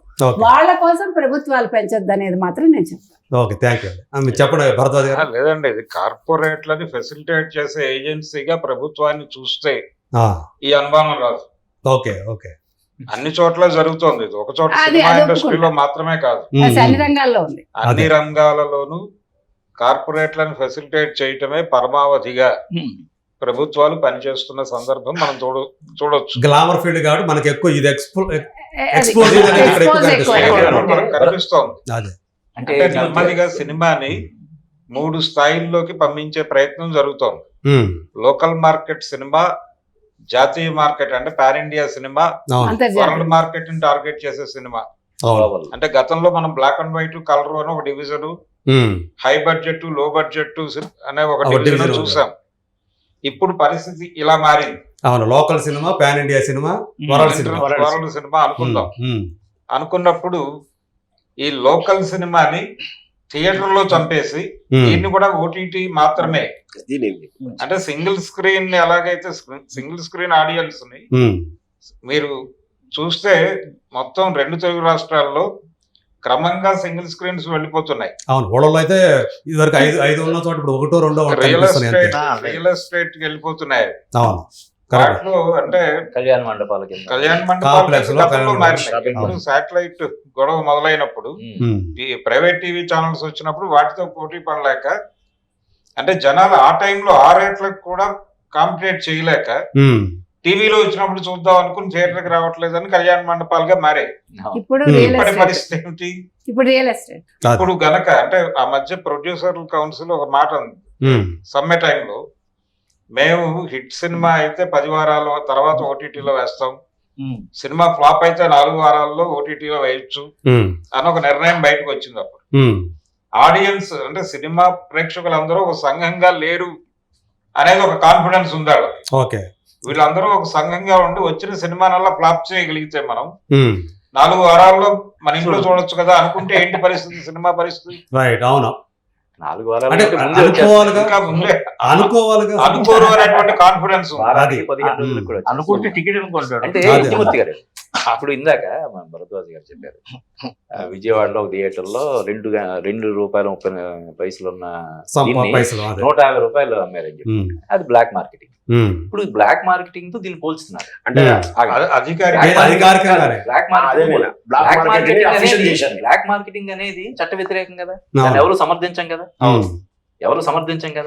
మరి బ్లాక్ మార్కెటింగ్ సమర్థించినప్పుడు దీన్ని ఎలా సమర్థిస్తాం మనం? ఒకటి ఇక్కడ ఒక ప్రశ్న ఉంది, ఒకటి అంశం ఉంది. బ్లాక్ మార్కెట్ లో ప్రభుత్వానికి వచ్చేది లేదు నష్టం, దానికి ఇక్కడ ప్రభుత్వం కనుక హైక్ చేస్తే ఆ మేరకు ట్యాక్స్ వస్తుంది కదా, అది సరే. అంటే ఇందులో ప్రభుత్వ స్వార్థం ఉంటుంది కదా, కూడా కొంచెం లబ్ధి పొందడం కోసం జనాల మీద ఇంత భారాన్ని మోపడం అనేది సమర్థనీయం కాదు కదా. అది బ్లాక్ మార్కెట్ అనేది వ్యవస్థీకృతం అయింది అంతే, అనేది వాస్తవం. ఓకే, అది ఇలా అయిపోయింది. అంతే, అధికారికంగా చేశారు దాన్ని. సో ఇప్పుడు అంటే టికెట్స్ హైక్స్ అనే దాన్ని ప్రస్తుతానికి అలా పక్కన పెట్టేసి, ఇప్పుడు ఈ సినిమా అనేది పుష్ప 2 అనేది దాని మీద ఉన్నటువంటి వెల్లువెత్తుతున్న అంచనా ఏంటో మనందరికీ తెలిసిందే. బాహుబలి 2కి ఇదివరకు ఎలా అయితే చూసామో మళ్ళీ ఇప్పుడు ఆ స్థాయిలో ఈ సినిమాకు చూస్తాం. ఇంకా చెప్పాలంటే ఇంకొంచెం ఎక్కువగానే చూస్తున్నామని అనుకోవాలి. సో ఇది మీరు ఇందాక మీలో ఒకరు అన్నట్టుగా 2,000 కోట్ల రూపాయలు మీరు అనుకుంటా.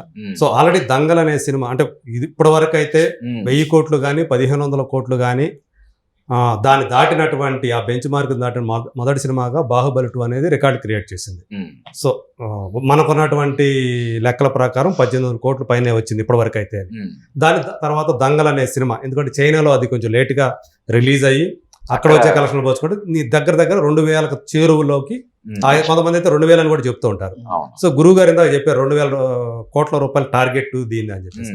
మీరు నమ్ముతున్నారా లేదా? మీరు ఎస్ అంటారా, నో అంటారా? అంటే ఏం చెప్తారు? 2000 కోట్లు కలెక్ట్ చేసే అవకాశం ఉందంటారా, లేదంటే వరల్డ్ వైడ్ గా?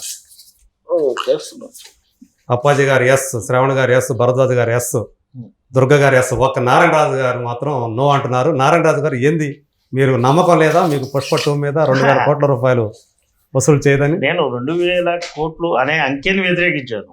పుష్ప మీద నమ్మకం ఉంది. ఓకే, టికెట్ల హైక్ ఇష్టపడి సమర్థించారు కానీ ఇప్పుడు పుష్ప సినిమా నాకున్న అంచనా ప్రకారం, నాకున్న మిత్రుల ద్వారా ఫీడ్బ్యాక్ తీసుకున్న ప్రకారం సుమారుగా అది ప్రపంచవ్యాప్తంగా 1500 కోట్ల అంకెకు చేరుకునే అవకాశాలు ఉన్నాయి. ఓకే, 2000 కోట్లు అనేది అసాధ్యం అనేది నా అభిప్రాయం. అంటే 1500 కోట్లు వసూలు చేస్తే కనుక సేఫ్ జోన్ లోకి వస్తుంది. ఇప్పుడు ఏ రికార్డ్ అయినా 1500 కోట్లు అయితే బ్లాక్ బస్టర్ కాదండి. ఎందుకంటే 1100 కోట్లు వస్తేనే డబ్బులు దానికి వస్తాయి, పైన ఖర్చులు ఉంటాయి. అయ్యని చూసుకుంటే సేఫ్ అయింది. బయర్స్ కి కొంతవరకు బ్రీతింగ్ స్పేస్ దొరుకుతుంది అంతే.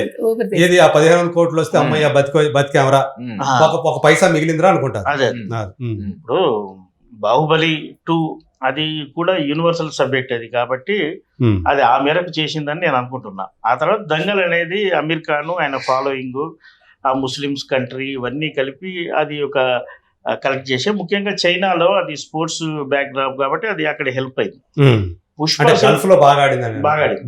పుష్ప 2కు వచ్చేవరకల్లా కాన్సెప్ట్ ఈ కథనం ఇదంతా ఒక అండర్ గ్రౌండ్, ఒక మాఫియా లేదా స్మగ్లింగ్ అంతా కూడా ఈ నేపథ్యం అంతా కూడా మనం చెట్ల చుట్టూ తిరుగుతుంటాం. చెట్లు, లారీ. చెట్టుకు ఒక విలన్ ఉంటాడని, ఒక్క చెట్టుకు ఒక విలన్. ఇది ఈ సినిమాలో ఉన్నారు. ఇది బహుశా నా ఉద్దేశం యూనివర్సల్ సబ్జెక్ట్ కాదు అనేది నా అభిప్రాయం. అంటే ప్రపంచవ్యాప్తంగా అన్ని ప్రాంతాల్లో అంత వసూలు తెచ్చే సినిమా కాకపోవచ్చు. అలా అని కొంత మేరకు అంటే ఒక హిట్ లేదా సూపర్ హిట్ స్థాయి వరకు వెళ్ళి ఇందాకే చెప్పినట్టుగా 1500 కోట్ల లక్ష్యాన్ని మాత్రం ఇది సునాయాసంగా చేరుకుంటుందని నేనైతే భావిస్తున్నాను. సునాయాసంగా చేరుకుంటున్నప్పుడు మిగతా 500 దంగలు మీరు చైనా ఎపిసోడ్ తీసేస్తే దంగలు అంతకంటే తక్కువే కదా ముందు. చైనా లాంటి ప్రాంతంలో అది యాడ్ అయింది. అది స్పోర్ట్స్ నేపథ్యం కాబట్టి అక్కడ అమీర్ ఖాన్ అనే ఒక యూనివర్సల్ ఆర్టిస్ట్ ఉన్న ఇమేజ్ ఎట్సెట్రా చాలా ఉన్నాయి. ఇక్కడ మన ఇండియా తర్వాత మళ్ళీ 40,000 థియేటర్లు అని అంటారు. మరి అది విన్నా నేను. ఇప్పుడు అల్లు అర్జున్ యుఎస్ మార్కెట్ కంటే కూడా ఎక్కువ వచ్చింది. మరి దీనికి పుష్ప 2 చైనా మార్కెట్ వెళ్ళాలంటే దానికి ఉన్న పరిమితులు, దానికి ఉన్న ఇదే ఇయర్ వెళ్తుందా వచ్చే ఇయర్ వెళ్తుందా కూడా తెలియదు.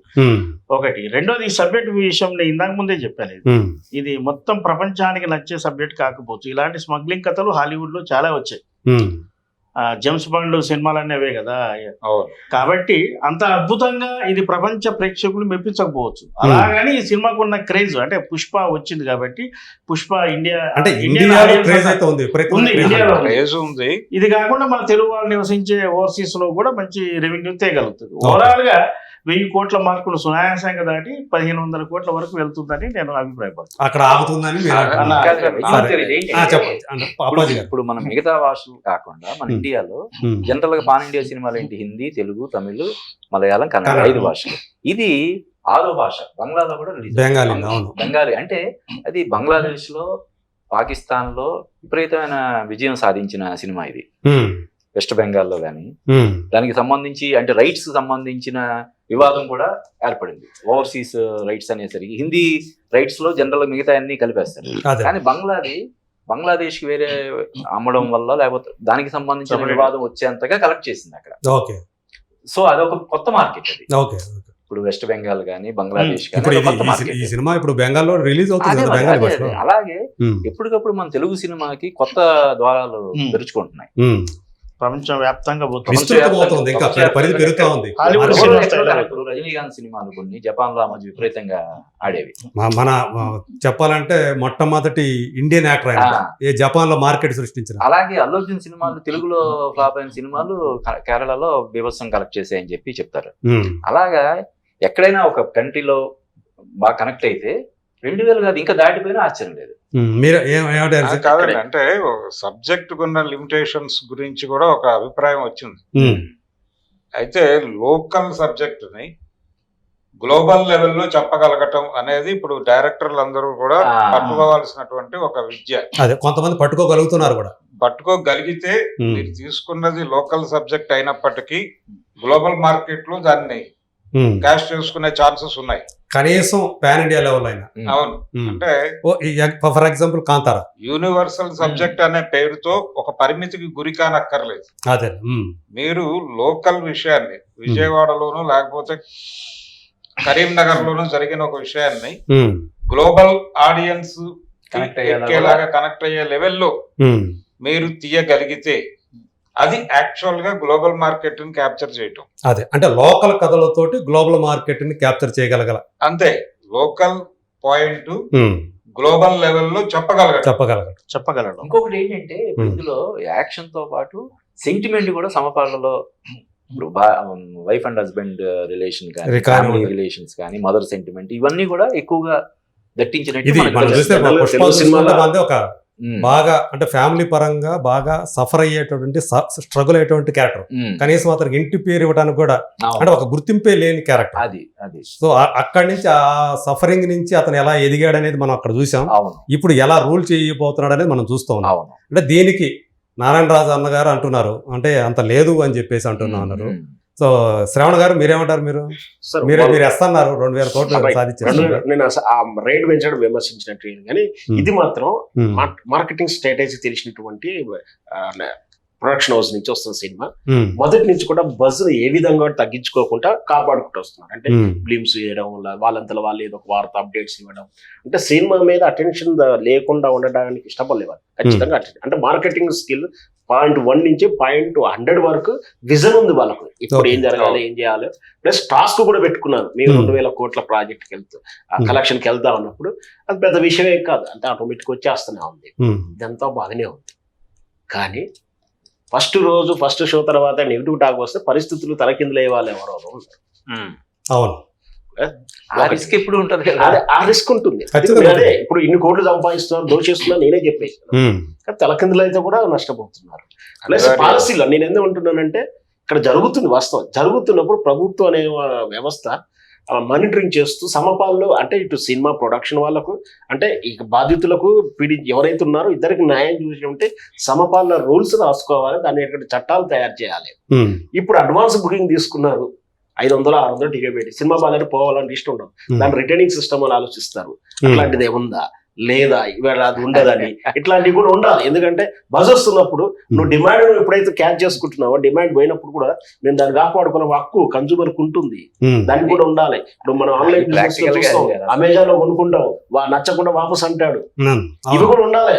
ఇవ్వాలి అంటున్నాను. నువ్వు రాజు పరిపాలించేవాడికి, నువ్వు వినియోగదారుడు కాపాడాలి.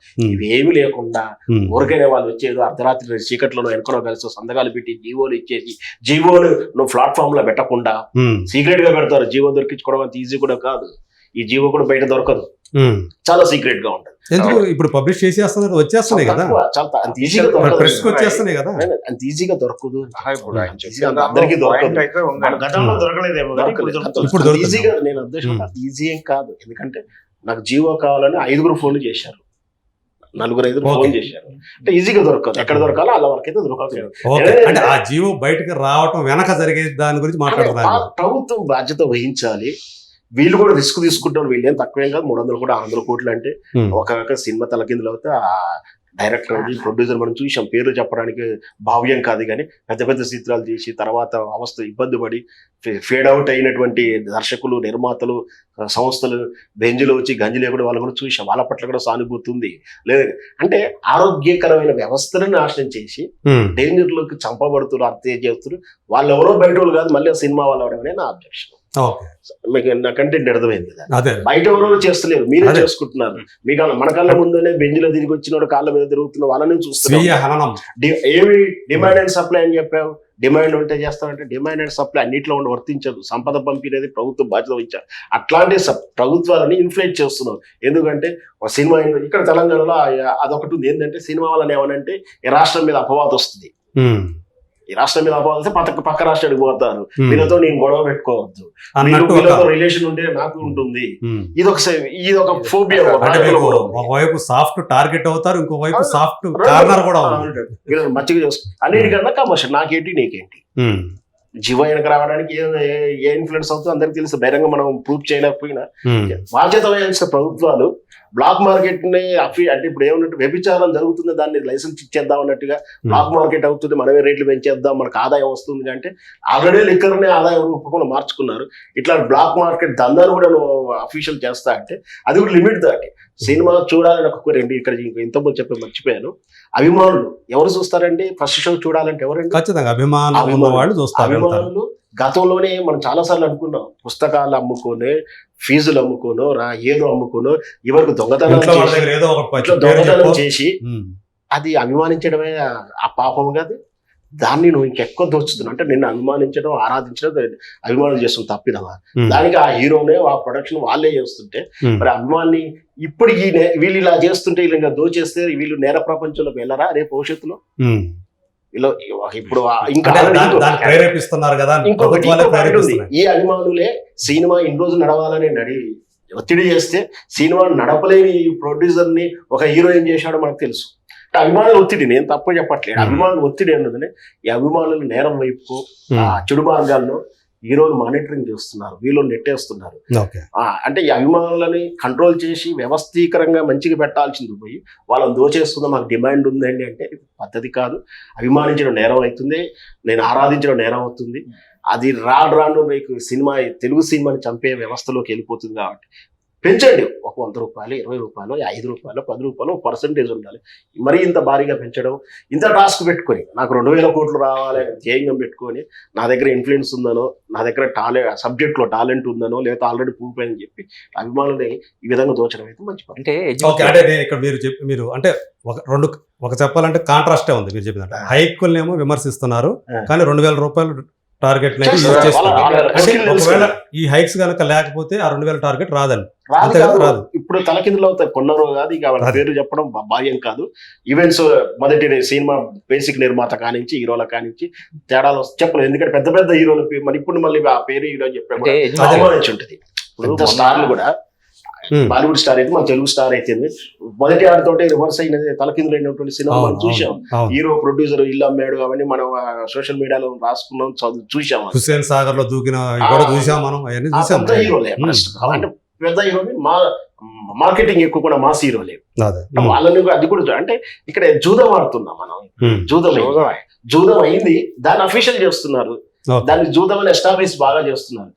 హెల్దీ వాతావరణం ఉండడానికి చేస్తే సినిమా ఇండస్ట్రీ ఉండాలి, సినిమా పరిశ్రమలు ఉండాలి, రాష్ట్రంలో ఉండాలి. దాని గురుతర బాధ్యత ప్రభుత్వం వహించాలి. కానీ వాళ్ళ అవసరాలకు, బలహీనతలకు అమ్ముడిపోయో ఈ విధంగా సినిమా భవిష్యత్ తరాల్లో సినిమా థియేటర్లు లేకుండా చేసి కేవలం ఓటీటీలో కూడా అన్ని చూస్తలేరండి. రోజు 10-20 వస్తున్నాయి, నచ్చిన 2-3 చూస్తున్నారు. ఇంకా కరెక్ట్ చెప్పాలంటే నాకున్న విశ్లేషణ ప్రకారం ఓటీటీ ప్లాట్ఫామ్లో మన దేశ మన రీజనల్ లాంగ్వేజ్ కన్నా కొరియన్ చిత్రాలు ఎక్కువ చూస్తున్నారు, వాళ్ళ పర్సంటేజ్ ఎక్కువ ఉంది. అదే అక్కడి నుంచి మనకి ఇక్కడ దిగుమతి అవుతున్న కథలు కూడా అని చెప్పేసి కూడా ఉంది. అంటే దీని అంతకులు ఎవరు? ఓకే, దీన్ని ఇంతటితో ఇక్కడ ఇచ్చేసి లాస్ట్ ఒక పాయింట్ మనం చేద్దాము. దాని మీద కూడా ఓటింగ్ పెడతాను. ఇప్పుడు అంటే Allu Arjun fans, mega fans అనేది ఒక వార్ నడుస్తుంది. దీని వెనక ఇంకోటి ఏంటంటే తను ఆ మెగా కాంపౌండ్ హీరోగా కాకుండా తనంతట తాను నేను అల్లు అర్జున్ని, నేను అల్లు హీరోని అని తాను ఎస్టాబ్లిష్ చేసుకోవటానికి అల్లు అర్జున్ శతవిధాలా ప్రయత్నం చేస్తున్నాడు. ఆ రకంగా తన ఫ్యాన్స్ను కూడా తను మోటివేట్ చేసుకుంటున్నాడు. తనకంటూ ఒక సపరేట్ ఫ్యాన్ బేస్ని క్రియేట్ చేసుకున్నాడు అనేది ఒకటి వినిపిస్తున్నది. దీన్ని మీరు ఒప్పుకుంటారా లేదా? అంటే తను మెగా కాంపౌండ్ నుంచి బయటకు రావాలని కోరుకుంటున్నాడా లేదంటే ఏం చెప్తారు? ఆయన ప్రయత్నం చేస్తున్నాడు. వార్తల ప్రకారం జరుగుతున్న కామెంట్స్ ప్రకారం అయితే ప్రత్యక్షంగా లేకుండా ఇదైతే ఇండివిజువాలిటీని ఓకే, అందరూ కూడా ఏకగ్రీవంగా మొత్తం ఒకటే, మీరందరూ ఒకటే చెప్పేశారు. అంటే తన సొంత ఐడెంటిటీ కోసం, అల్లు ఐడెంటిటీని క్రియేట్ చేసుకోవడానికే అతను ముందుకు వస్తున్నాడు.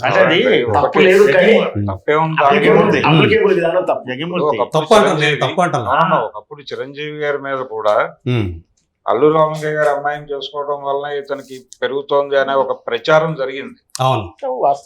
జరిగింది కదా. ఆ రోజున ఆయన ఎలా సఫకేట్ అయ్యాడు, చిరంజీవి గారి వల్లనే అల్లు అర్జున్ అంటే ఇతను సఫకేట్ అవుతాడు కదా. కాబట్టి ఇతను అంటే ఒకటి వాళ్ళిద్దరూ ఒకే ఏరియాలో ఉన్నారు. చిరంజీవి, రామ్ చరణ్, అల్లు అర్జున్, పవన్ కళ్యాణ్ వీళ్ళందరూ రంగంలో ఉన్నారు. ఒకే వృత్తిలో ఉన్నప్పుడు స్పర్ధ అనివార్యంగా ఉంటుంది, పోటీ ఉంటుంది. కాకపోతే పర్సనల్ గానే ఉంటుంది, పర్సనల్ గానే ఖచ్చితంగా ఉంటుంది. ఓకే, నా సినిమా ఏ రేంజ్ కు వెళ్ళాలి అనే ఐడియానే ఉంటుంది ఎవరికైనా.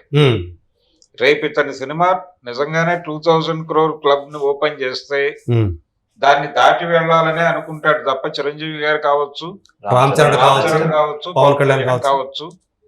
కానీ అల్లు అర్జున్ రికార్డుని ఇబ్బంది పెట్టకూడదు కాబట్టి మన సినిమా 500 కోట్లలో ఆగాలని కోరుకోరు కదా. కరెక్ట్, అవును, కుదరదు. ఇది పరుగు పందెం ప్రోగ్రామ్ లో ఉన్నాం మనం. అంటే దీన్ని మళ్ళీ వెనక్కి లాగే ప్రయత్నం, అంటే సోషల్ మీడియా ద్వారా నెగిటివ్ ప్రచారం చేయటం అనేది ఇవన్నీ జరుగుతున్నాయి. అయితే వాళ్ళ ఫ్యామిలీస్ మధ్య ఆ రకమైనటువంటి స్ప్లిట్స్ ఉన్నాయి. బయట జరుగుతున్న ప్రచారం వేరు, బిట్వీన్ ది లైన్స్ మీద యుద్ధం జరుగుతోంది. ఇది వాళ్ళకి తెలిసి నడుస్తోంది, కాన్షియస్ గానే ఉన్నారు. ఇది కూడా ఉపయోగపడుతుంది సినిమా. ఎప్పటికప్పుడు వాళ్ళకి ఇది వాళ్ళ నోటీస్కి వస్తూ ఉంది, వాళ్ళు ఖండిస్తూ ఉంటారు. ఖండించడం కూడా చాలా వివాదాస్పదంగా నడుస్తుంది. మీకు ఎక్కడ బహిరంగ ఖండనలు కనిపించవు. ఇంత గొడవ జరుగుతుంటే అరవింద్ గారు ఎక్కడైనా అక్నాలెడ్జ్ చేశారా? ఇది ఆయన పుష్ప ఏ వేదిక మీద కనిపించలేదు, అవును.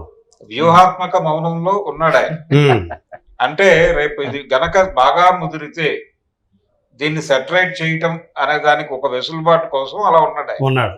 సో ఆయనకు తెలుసు ఏదో ఒక రోజు బెలూన్ పగులుతుందని తెలుసు ఆయనకి. ఇప్పుడు లాస్ట్ బర్త్డే జరిగింది అల్లు అర్జున్ది. ఉమ్, చిరంజీవి గారు ఆయన సతీమణి వెళ్ళి ఆశీర్వదించి వచ్చారు కదా, yes, అవును, ఆ వీడియోలు చూసాం మనం. అవును.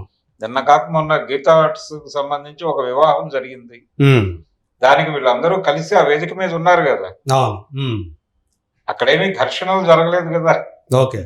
కాబట్టి వీళ్ళ ఫ్యామిలీకి ఏదైనా ప్రాబ్లం వస్తే వాళ్ళు వస్తారు, వాళ్ళ ఫ్యామిలీకి ఏదైనా ఇబ్బంది వస్తే వీళ్ళు వీళ్ళు వెళ్తారు. వస్తారు. కానీ ఉమ్, ఎవరి ఐడెంటిటీ, ఎవరి వ్యాపారాలు వారివే, వాళ్ళదే.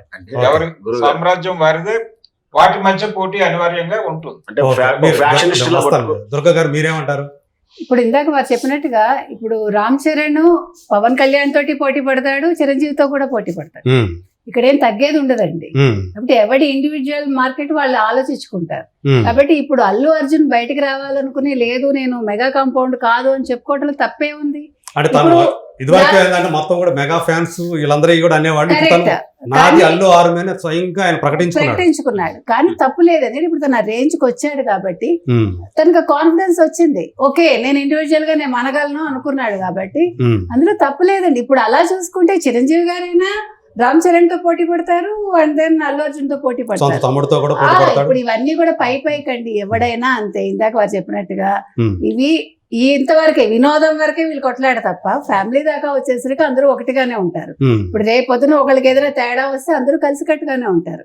So okay. ఇవన్నీ సోషల్ మీడియాలో జరుగుతాయి. బయట జరిగేదే కానీ వాళ్ళ ఇప్పుడు మధ్య మనకి ఏం ఎప్పుడు కూడా లేదంటారు. ప్రత్యర్థులు ఉండడం మంచిది కదా. ఉమ్, ఇప్పుడు ఇది అల్లు అర్జున్ హైప్ ఇస్తుంది ఒక రకంగా. ఓకే. నిజంగా లోపల ఎంత ఉందో మనకు తెలియదు, కానీ ఈ సినిమాకి ఇది ప్లస్ అవుతుంది అతనికి ఓకే. ఆ నెగిటివ్ ప్రచారం కూడా ఆయన సినిమాకి ఉపయోగపడుతుంది. డెఫినెట్ గా. ఓకే. ఇప్పుడు 2000 కాదండి 2500 కోట్లు వచ్చినా మనం అప్పుడు మరొక మంచిదే ఆశ్చర్యపోతాం. అనుకుంటున్నారు. అదే శ్రావణ గారు చెప్పండి. వీళ్ళ పోటీ అనేది ఎవరి ముందు అంటే గుడ్డు ముందా కోడి ముందన్న కాకుండా అల్లు అర్జున్ వల్ల మన మెగా ఫ్యామిలీ వల్ల వీళ్ళ ఫ్యామిలీ వల్ల వాళ్ళ అనేది మనం చెప్పడం అంత ఈజీ అయిన విషయం. ఎందుకంటే అల్లు రావుని గారు ఫస్ట్ కాబట్టి ఉమ్, ఆయన హెల్ప్ తోటనే కొంచెం రికగ్నైజ్ వస్తుంది, విధానం వస్తుంది. ఓకే. ఖచ్చితంగా ఉంది, అది కాదు. తర్వాత మెగా చిరంజీవి గారు మెగాస్టార్ అవ్వడం, అలాగే ఆయనకి ఇమేజ్ దాని వెనక అల్లు అరవింద్ గారు ఉండి ఉండవచ్చు. ఉమ్, ఉన్నారు దాంతో definitely. అంటే నేను చెప్పేదాన్ని అది కూడా ఫ్యాక్టర్ కావచ్చు. దాన్ని కాకుండా వీళ్ళ మధ్య వాస్తవానికి ఈ బన్నీకి బాగా క్రేజ్ వచ్చింది సినిమా ఇండివిజువాలిటీలో. ఒక్కొక్క సినిమాకు మెట్టు ఎదుర్కొంటూ వచ్చాడు. ఓకే. వాస్తవానికి చెప్పాలంటే సక్సెస్ రేట్ ఎక్కువ ఉందని కూడా చెప్తాను నేను. అదే. అదర్ దెన్ వాళ్ళకన్నా పేర్లు చెప్పండి, ఇప్పుడు ఉమ్, ఉమ్, నెగిటివ్ పేర్లు చెప్పడానికి ఇష్టపడ్డాను. వాళ్ళందరికన్నా ఈయన సక్సెస్ రేట్ ఎక్కువగా ఉంది సినిమాలలో. Okay. ఒకటో అర తక్కువ ఉన్న ఉమ్, కలెక్షన్ పరంగా చూసిన ఏ పరంగా రేట్ ఎక్కువ ఉంది. అంటే ఈయన ఒక స్టాండర్డ్ వచ్చినప్పుడు ఉమ్, తన ఇండివిజువాలిటీ కోసం తాపత్రపడడం తప్పేం లేదు. అదే. అసలు మనిషి సహజ లక్ష్యం. ఉమ్, అయితే ఈ పోటీ ఓ ఫ్యాక్షనిస్ట్ లా ఇరు వర్గాలు కొట్టుకోవడానికి అంత అవకాశాలు లేవు. హెల్దీగానే ఉంటుంది, హెల్దీగా ఉండాలి. హెల్త్తో పాటు ఒక కృతజ్ఞతాభావం. ఎందుకంటే మొదటి మెగా ఫ్యామిలీకి కృతజ్ఞతతో ఉన్నట్టుగా ఉంటే అక్కడి నుంచి మనం వచ్చాము, తర్వాత భావంతో ఉండి వాళ్ళు ఆ విధమైనటువంటి వాతావరణం క్రియేట్ దీన్నే చేసి నాగబాబు కూడా స్ట్రెస్ చేసి చెప్తూ ఉంటారు తన ఎక్స్ ఖాతా ద్వారా. అదే మూలాలు మర్చిపోకూడదు. ఉంటే బాగుంటుంది. అవును. నేను అనేది ఈ ఏంటంటే మూలాలు అనేది ఎవరు నేను మర్చిపోకూడదు. అనేది ఏంటంటే ఆ మూలాలు మర్చిపోకుండా, అంటే రేపు ఇప్పుడు బన్నీ గారు సినిమా అల్లు అర్జున్ గారు సినిమా బాగా రావాలి నాది ఆర్మీ అని చెప్పుకుంటున్నాడు, బాగుంది. అంతేగాని అది దాటి రేపు చరణ్ సినిమా బాగలేదనో నెగిటివ్ చేయండి, పోస్ట్ చేయండి, దానికి ఏదన్నా అనే ఉద్దేశాలైనా ఆ సింటమ్స్ కనపడితే ఖచ్చితంగా విమర్శించాలి, ఖండించాలి. అది మంచి అలా అలవాటు ఓపెన్ గా కాదు. ఎవరు చేసే పని అయితే అది ఎవరు చేయలేదు కానీ అది ఉండకూడదు. ఇండైరెక్ట్ అది ఉండకూడదు. అది ఉండకూడదు, ఉంటే బాగుంటుంది. అట్లా అయితే హెల్తీ వాతావరణం ఉండాలి. చెప్పండి. యజ్ఞమూర్తి మూలాల గురించి మాట్లాడినప్పుడు ఉమ్, అల్లు అర్జున్కే కదా ప్రధానంగా మూలం. ఉమ్, అల్లు రామలింగయ్య గారికి మనవడు. అవును. అంతకంటే మూలం ఇంకేముంది ఆయనకు? ఉమ్, మెగా కంపౌండ్ నుంచి ఆయన ఎప్పుడు వచ్చాడు? ఉమ్, మెగా కంపౌండ్ వాళ్ళు ఆయనను ప్రమోట్ చేశారా? ఉమ్, వాళ్ళు సినిమాలు తీశారా? ఉమ్, ఒకటి. ఓకే. మెగా కాంపౌండ్ సపోర్ట్ ఉంటే రాణిస్తారు అనుకుంటే ఉమ్. ఇప్పటికీ నాగబాబు సక్సెస్ఫుల్ ఆర్టిస్ట్ గా ఉండాలి కదా. అంటే అల్లు అర్జున్ ఆ. గత సినిమాలకి ఆ. వాళ్ళ ప్రమోషనల్ ఈవెంట్స్ Promotions ఏవైతే ఉన్నాయో అంటే అది వాళ్ళు రావటం ముఖ్య ఇండస్ట్రీలో అతిథులుగా రావటం, అక్కడ వరకే. ప్రమోట్ చేయటం. ఇండస్ట్రీలో గట్టమనేని, దగ్గుబాటి, నందమూరి, కొణిదెల ఉమ్, వీళ్ళ సినిమాలు ఒకరి సినిమాలను ఒకరు ప్రమోట్ చేసుకోవడం అనేది అత్యంత సహజం. రాణా ఈవెంట్ అయితే వెంకటేష్ వస్తాడు, ఆ సుధీర్ బాబు ఈవెంట్ అయితే మహేష్ బాబు వస్తాడు. అలాగే చిరంజీవి అనేది ఆయన ఒక మహావృక్షం కాబట్టి దానికి కుటుంబ సంబంధికుల ఈవెంట్స్ ఏమున్నా ఆయన వచ్చి అవి ఆశీర్వదిస్తారు. ఇది ఒక ప్రాసెస్, కుటుంబమే కదా, బయట వ్యక్తి కాదు కదా. సాయి ధరంకు కూడా ఇది వస్తాడు. సహజమైనటువంటి విషయం. అంతే. అయితే తను ఇండివిజువల్గా ఆయనకు ఆటోమేటిక్గా ఆయన ఎంపిక చేసుకున్న సినిమాలు కావచ్చు, వాటి సక్సెస్ కావచ్చు, ఆయనకు ప్రత్యేక గుర్తింపు వచ్చింది. దాంతో ఆ మార్గంలో వెళ్తున్నాడు. ఇప్పుడు చిరంజీవి తన కొడుకు రామ్ చరణ్ కూడా ఇండివిజువల్ గా ఎదగాలనుకుంటాడు. అది ఓకే, తను ఇండివిజువల్గా ఎదగటం ఓకే, కానీ అభిమానులు అడ్రస్ చేసేటప్పుడు తన అభిమానులు సపరేట్ అని చెప్పి తను అలా ప్రకటించడం అనేది కొంతమంది విమర్శించారు. కాదండి, పక్క అభిమానులను ఆయన ఎందుకు కలుపుకోవాలి? ఆయనకంటూ ఫ్యాన్స్ ఫాలోయింగ్ ఉంది కదా, దాన్నే ఫాలో అవుతున్నాడు. తన అభిమానుల విషయం మీకంటే నాకు ఎక్కువ తెలుసు. నేను చిన్నప్పటి నుంచి ఫ్యాన్స్ అసోసియేషన్ తిరిగినోని. వేరే సూపర్ స్టార్ కృష్ణ అనుకుంటా, వేరే పేరు చెప్తే అసలు సహించవు. ఇందాక భరద్వాజ గారు చెప్పారు, ఏదో బ్లాక్ టికెట్ 150 రూపాయలు, రామారావు నాగేశ్వరరావు, చాణక్య చంద్ర, అది మల్టీ స్టార్ సినిమా కాబట్టి అభిమానులు పోటీ పడి కొంటారు. రామారావు ఫ్యాన్స్ కు పోటీగా నాగేశ్వరరావు ఫ్యాన్స్ కూడా థియేటర్లు అల్లరి చేయాలి, ఆ చప్పట్లు కొట్టాలి, అలా ఉంటది. నేను చూశాను కదా, ఒక పోస్టర్ వేసి అందులో రామారావు ఫోటో వేసి నాగేశ్వరరావు ఫోటో వేయకుండా చింపి గొడవ చేసేవారు. రామకృష్ణ సినిమాకి జరిగింది అది. భద్రయ్య గారికి తెలుసు కదా, పేరు గొడవ చేసేవారు టైటిల్స్ లో. టైటిల్స్ పేర్లు వేయడం మానేశారు. ఇప్పుడే కాదు, దేవుడు చేసిన మనుషులు సినిమా దగ్గర నుంచి కూడా చూసాం. నాగార్జున సినిమాకి ఎంత వివాదం అయింది. ఫ్యాన్స్ అభిప్రాయం అంతే ఉంటది. వారసుడు సినిమా అల్లు అర్జున్ ఫ్యాన్స్ అభిప్రాయం అంతే ఉంటది. వాళ్ళ ఇష్టపడుతున్న హీరో అలాగే బిహేవ్ చేయాలి. మీతో పాటు పక్క వాళ్ళను, ఎదురింటి వాళ్ళను, తమిళనాడులో, మహారాష్ట్రలో కలుపుకోమని ఎందుకంటాడు ఆయన. వాళ్ళని విభేదించట్లే కదా, తనను ఫాలో అవుతున్న ఫ్యాన్స్ ని ఎంకరేజ్ గా చేస్తున్నాడు. అదేం తప్పులేదు. దాని నుంచి మెగా కంపౌండ్ నుంచి బయటకు వచ్చి ఏదో చేస్తున్నాడు అన్న అభిప్రాయం సరికాదు. అంటే సొంతంగా ఎదగాలనుకోవడాన్ని మనం తప్పు పట్టలేం, అది తప్పు. ప్రతి ఒక్కరికి ఉండాలి అది సొంతంగా ఎదగాలని. ఎట్ ది సేమ్ టైం మూలాన్ని మర్చిపోవడం, మూలాన్ని విస్మరించడం అనేది కానీ ఆ తర్వాత కాలంలో ఆయన మెగాస్టార్ ఇచ్చిన ప్రోత్సాహాన్ని విస్మరించడం అనేది మనం సమర్థించలేం. విస్మరించాడని మీరు ఎలా చెప్పేస్తున్నారు? అంటే కాదు, మీరే ఇందాక చెప్పారు కదా, కొన్ని వేదికల మీద ఆయన పేరు ప్రస్తావించకపోవడం కానీ. ఆయన పవన్ కళ్యాణ్ గారి గురించి మాట్లాడమంటే నేను చెప్పను బ్రదర్ అని చెప్పేశాడు. అది పవన్ కళ్యాణ్ గారి గురించి సంబంధించి. అంటే ఇప్పుడు మీరే చెప్పారు ఇందాక, నాగబాబు ప్రత్యేకించి ట్విట్టర్ లో అది పోస్ట్ పెట్టాడంటేనే ఉంది కాబట్టి వాళ్ళకనే కదా, అభిమానుల్లో కూడా ఆ భావన బలంగా ఉంది కదా. అది ఓకే. లాస్ట్ వర్డ్ చెప్పను బ్రదర్ అనే మాట ఎందుకు వచ్చిందంటే, అప్పుడు ఒక కల్చర్ నడిచేది. అంటే ప్రతి ఒక్క ఈవెంట్ కి అందరూ కనిపించేవాళ్ళు. కనిపించకపోయేసరికి వీళ్ళు కేకలు మొదలు పెట్టారు, డిస్టర్బ్ చేసేవాళ్ళు. అంటే ఆయన మాట్లాడుతుంటే ఆయన మాట్లాడనివ్వలేదు, ఇవ్వకుండా పవన్ కళ్యాణ్ ఎందుకు రాలేదో చెప్పు అనే పద్ధతిలో నడిచినప్పుడు పెద్ద పెద్దగా అరుస్తున్నారు. చెప్పను బ్రదర్ అని అరిచాడు ఆయన. అది ఆ లైన్ ని తీసుకుని కథనాలు మొదలైనవి. లైన్స్ ఈయన పవన్ కళ్యాణ్ పేరు ఉచ్చరించడం ఆయనకి ఇష్టం లేదన్నట్టుగా మొదలైపోయింది. లైన్స్ వ్యాఖ్యానాలు అనేది మొదలైపోయింది. ఇది ఎలా తయారైందంటే, పొరపాటున ఎవరైనా ఈ ఫ్యామిలీలో వాళ్ళ ట్విట్టర్ అకౌంట్ లో ఎవరినైనా అన్ఫ్రెండ్ చేస్తే ఇమ్మీడియట్ గా దాని మీద 7-8 వెబ్సైట్లలో కథనాలు వచ్చేస్తున్నాయి. సో వ్యాఖ్యానాల మీద సినిమా నడుస్తుంది. దీన్ని కూడా చూడాలి. ఒకటి. రెండోది చిరంజీవి అంటే ఒకవైపు ఫేవరిజం ఉంటుంది, ఇంకోవైపు వ్యతిరేకించే రెండు నడుస్తానంటాయి వెబ్సైట్ లో కానివ్వండి, ఛానల్స్ లో కానివ్వండి. వాస్తవం ఏంటంటే, చిరంజీవి గారు మొదటి సినిమా రిలీజ్ అయ్యే నాటికే అరవింద్ గారు ప్రొడ్యూసర్ గా 4 సద్దినోత్సవ సినిమాల మీద ఉన్నాడు. సక్సెస్ అయి ఉన్నాడు ఆయన. దాన్ని గుర్తించాలి ఒకటి. రెండోది, చిరంజీవి గారి ఎదుగుదలలో అరవింద్ గారి పాత్ర ఉంది. అరవింద్ గారు అగ్ర నిర్మాతగా మారటం వెనకాల చిరంజీవి గారి పాత్ర కూడా ఉంది. పరస్పరం ఎదిగారు. ఇద్దరు నిర్మాత నటుడిగా ఉండటం వలన ఒకళ్ళకొకళ్ళు సహకరించుకుంటూ ఎదిగారు. కానీ ఇక్కడ వాళ్ళ పిల్లలు ఒకే ఏరియాలో ఉన్నారు. అది అందువలన ఈ స్పర్ధ ఇద్దరు నటులు అవడం అనేది స్పర్ధ. జనరేషన్ మారింది కదా. ఓకే, ఇంతటితోటి మనం దీన్ని ఈ డిబేట్ ని ముగిద్దాము. సో ఇక్కడ మనకి 3 అంశాల గురించి మనం మాట్లాడుకున్నాం. మొదట టికెట్ హైక్స్ గురించి. ఇందులో ముగ్గురు కాదు 4 ఓకే చెప్పారు, ఒకరు నో చెప్పారు, అంతేనా? సినిమా ధరలు పెంచడం, ధరలు పెంచడానికి మీరు వ్యతిరేకించారు, ఇద్దరం వ్యతిరేకించాం. మీ ఇద్దరు వ్యతిరేకించారు, ముగ్గురు ఎస్ చెప్పారు, సమర్థించారు. సో అంటే ఇక్కడ కూడా స్ప్లిట్ అనేది ఉంది, కొంతమంది సమర్థిస్తున్నారు, కొంతమంది వ్యతిరేకిస్తున్నారు. ఇక ఈ సినిమా 2,000 కోట్లు దాటుతుందంటే ఒక్కరు మాత్రమే నో చెప్పారు.